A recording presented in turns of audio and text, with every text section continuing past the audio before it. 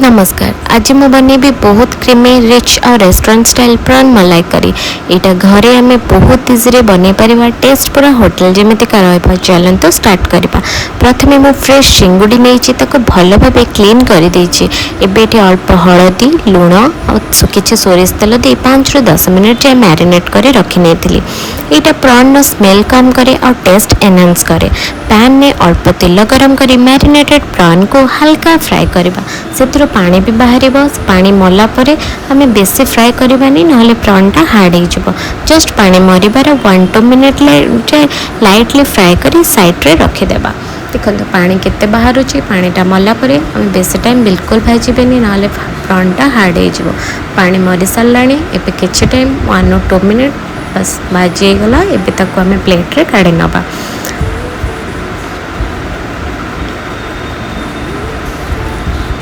भल से काढ़ी नवा जितक एक्स्ट्रा ऑयल थी भी बाहरी जीव। से पैन में भी अल्प तेल ऐड करवा। तेजपत्र अलैच डालचीन गोलमरीच किछि जीरा नवा। किछि टाइम भाजला किछि टाइम भाजी देन आम से फाइनली चॉप्ड पियाज ऐड करवा। ताको गोल्डन ब्राउन होगा पर्यंत भाजी नेबा। बेसी टाइम भाजबेनी जस्ट हल्का गोल्डन हो। देन आम से टमाटो ऐड करवा। टमाटो को भल भाव मिक्स कर नवा। टमाटोटा किछि टाइम सॉफ्ट हो गला परे से आम लुण हलदी लंका गुंड दे आउ किछि टाइम लगी भाजी नेबा। सबू को पकई भल भाव मिक्स कर दिंतु। टमाटो और पियाज मिसीगला भल से आम मुझे अदा रसुण धनिया जीरा सबको गोटा नहीं कि मु पेस्ट करी। पाखे पाउडर थिले भी आप यूज करें।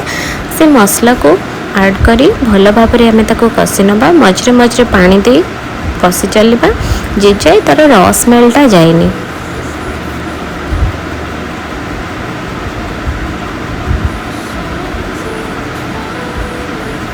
मसला भी फुटी आसला। मझे मझे गोलुवे ना तले लगिज। देखो भल भाव कषिगला। एवं से ऐड करवा 1 कप पाखापाखि पानी। डायरेक्ट आम जब चिंगुड़ी पकईदबा से हार्ड हो आगे पानी दबा। पानीटा टिके फुटिला से आम चिंगुड़ी को ऐड करदबा। चिंगुड़ी को ऐड कर भल भाव मसला सहित आम गोले नवा।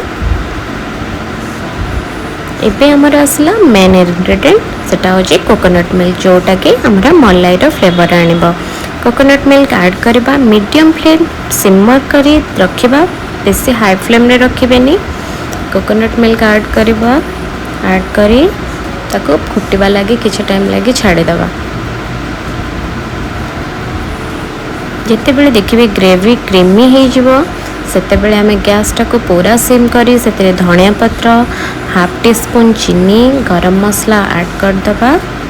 देखो केते क्रीमी टाइप आम टेक्सचर आसी जाइए।